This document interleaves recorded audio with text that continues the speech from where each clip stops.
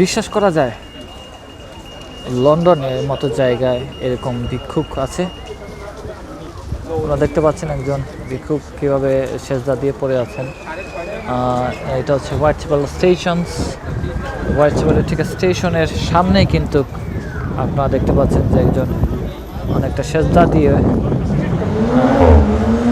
এই ভিক্ষা বা সাহায্য চাইছেন। এখানে আসলে অবাক করার বিষয় যে লন্ডনের মতো জায়গায় এইভাবে ভিক্ষুকদের দেখা যায়। এই যে আরেকজন দেখতে পাচ্ছেন যে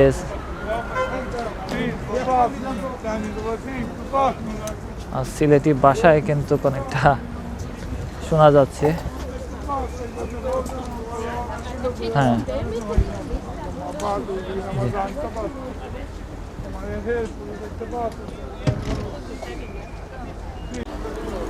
যেমনটা বলছিলাম যে হোয়াইটচ্যাপেল একটি হার্ট অফ দ্য সিটি বলা যায় লন্ডনের। সেখানে এভাবে ভিক্ষুক দেখাটা আসলে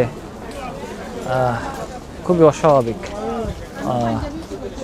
অনেকের জন্য। দেশে যারা আছেন তারা হয়তো জানেনই না বা চিন্তাও করতে পারেন না যে লন্ডন মতো জায়গায় এইভাবে ভিক্ষুকরা থাকতে পারেন।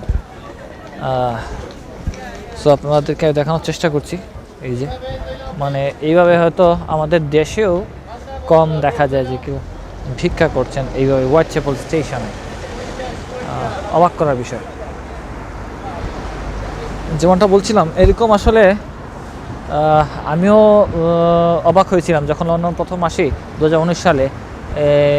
এইভাবে যারা সাহায্য চাচ্ছেন তাদেরকে দেখে অবাক হচ্ছিলাম যে আমি চিন্তা করতে পারিনি যে এইভাবে কেউ লন্ডনের মতো জায়গায় ভিক্ষা করবেন। সো আমরা অনেকেই বলে থাকি বাংলাদেশে এত ভিক্ষুক, এরা ভিক্ষা করে কেন, নানানভাবে নানান নেতিবাচক কথা বলে থাকি।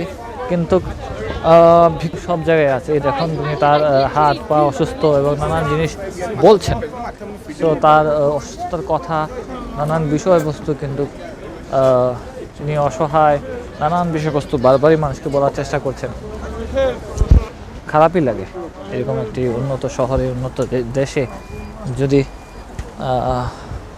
এমন অবস্থা দেখি, তাও বাংলা ভাষাভাষী মানুষ। অবাক করার মতোই। যাই হোক, যেমনটা বলছিলাম যে অনেকেই এই এলাকাটাকে বলে থাকেন যে এটি হচ্ছে লন্ডনের বন্দর বাজার বা জিন্দা বাজার এলাকার মতোই। আসলে এখানে জমজমার একটা ব্যবসা প্রতিষ্ঠান গড়ে তোলা হয়। দেখতে পাচ্ছেন যে এখানে সব ধরনের ফল, সবজি পসরা সাজিয়ে বসানো হয়েছে।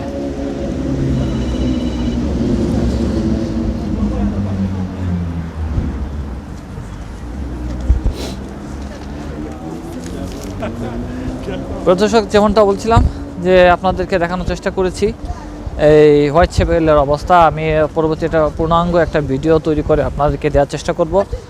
আমাদের সাথেই থাকুন, ভালো থাকুন, সুস্থ থাকুন। আবারও দেখা হবে।